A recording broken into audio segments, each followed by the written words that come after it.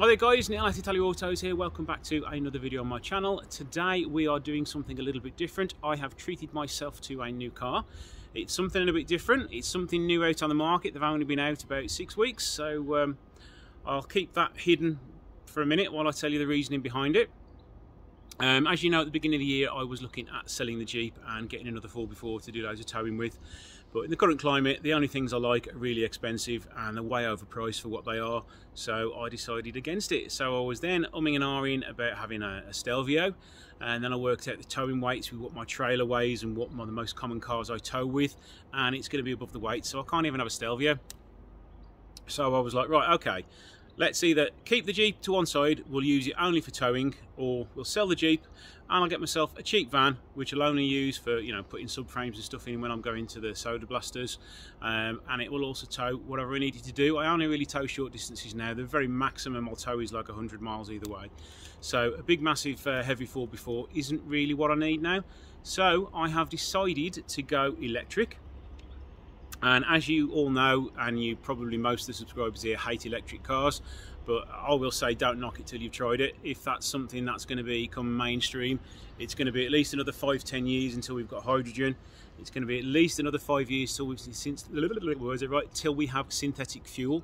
So I'm not waiting 5 years to buy a car. Can't afford what I really wanted, which is a diesel Land Rover Discovery, but everybody tried to put me off buying one of those. So in the end, I tested, I'll step back a little bit. I decided on to getting an electric car for one of the main reasons. My wife is a driving instructor and next year her car is going to be due to be changed. So I was thinking about getting her electric car, getting her an electric Mocha, the Vauxhall Mocha, a really sort of capable, decent car. Had a lorry driver decide he wanted some directions then to the next door unit. Weird, okay. So yeah, right, where was I? The wife's a driving instructor. He's due a new car next year, and I was like, there's nothing I really want, so let's have a look at electric cars, because we're thinking of an automatic electric car because it's going to save her on fuel, and loads of people want to learn to drive in automatic cars nowadays as the world is changing. So we started looking at some electric vehicles, started looking at the Vauxhall Mocha E. It was the £30,000 car, 30 to 32 depending on what specs you went for.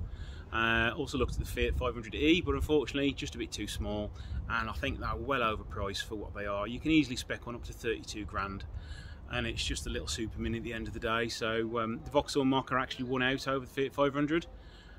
Discounted the Fiat 500 without even test driving it, just because of the price point and how small it is. So we were like, okay, let's have a test drive of this Mocha, and it was really nice. A little bit skeptical about the 210 mile range they said it did. The minimum we really want is 150 miles a day, because that's the most she's ever done doing instructing in a day, so it would be suitable for us. So, and then we saw the Cupra Born ad came out, and I went and test drive one of those. So as it happens, there's my new car behind me. So there we go guys, this is my brand new car. It's a Cupra Born version 2 e-boost, so it's got that extra 30 horsepower. Let me give you a little walk around it and we'll show you what it's like. So here we go guys, what do you think? I'm sure some people will be slating me in the comments going, oh, he's gone electric, no good, you're never going to get any range, they're unreliable. But you know, don't knock it till you try it. I'm actually really pleased with it. It's the 58 kilowatt one, so it's good for a range of up to 260 miles, and I'm sure I will test that out in one video one day, whether I can get the full range out of it. I think the styling is absolutely amazing.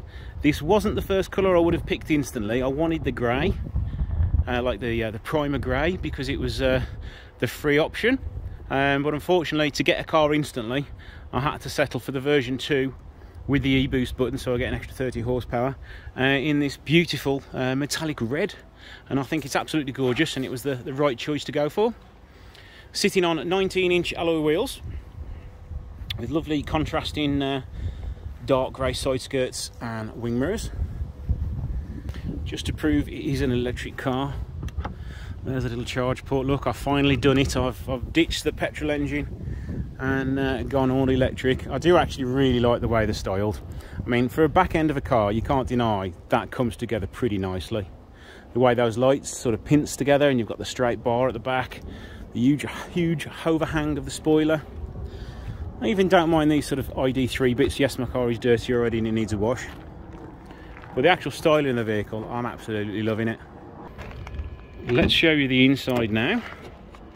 Unfortunately, there was no leather seat option, and the higher trim spec did have electric massaging seats, but they were made of like a velour material. Reminded me of the 90s Fiestas and Fords back in the day, and you just used to sweat loads in them, so I decided against that. So instead, this nice black interior, smells like a brand new car. Quite a weird dash, very minimalistic.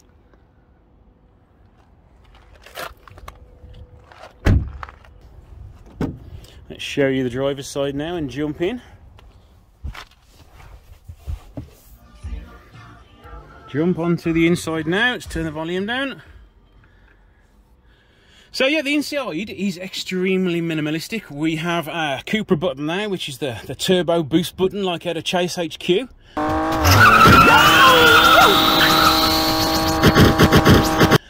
We've got the drive select button here. You've got the haptic touch buttons here, which you don't actually have to press. You just sort of have to rub your finger against and it changes across. We've got the main infotainment screen here, which is where all your buttons are, all the buttons for the heating and all the buttons for the volume of the stereo and everything are there. All the buttons pretty much for the heated seats, climate control, anything you want to do is in the infotainment screen. And the other thing we have is this little baby center screen. But when you put it into drive and you start the car, if you can see on camera, you get the head-ups display, which is just there. And some people go, oh, well, that center screen's really too small. But when you're driving, you're literally staring at that head-up display, where it gives you your mileage, it gives you your speed of the road, it gives you your lane guidance, it gives you all your sat-nav directions. I haven't tried it yet, but I do believe it has, I'm trying to think of the right word now, the autonomous directions on the screen, so it actually points you in the right direction you want to go on the head-up display. So I will give that a go on the way home, and I will update you in another video on how that goes. But I do quite like the styling of the steering wheel as well. Reminds me of something from my childhood with the Bitmap Brothers Speedball 2 and Chaos engine. It reminds me of that sort of styling the airbag does with the gold colours on it. It looks quite nice. I do rather enjoy it. Storage wise, we have tons of it. We've got the 2 drinks holders here, place there for your wallet and stuff. We've got wireless charging and a huge cubby hole with 2 USB ports. I mean, I haven't gone over all the electrics in it yet, but it's got tons of stuff. It's got laser guided cruise control and all that sort of jazz. When you're above the speed limit, you take the foot off the accelerator, the car will automatically reduce down to the road speed for you. It's got reverse camera, it will auto park, it's got wireless charging, it's got, you name it, it's got it. It's really good. It's got wireless Android Auto as well, so you don't even need to plug your phone in. I have been using Android Auto, and it's the first time I've actually really got into it, and it works really well. Even the car's controls for the car stereo and the car DAB and stuff like that actually work really well.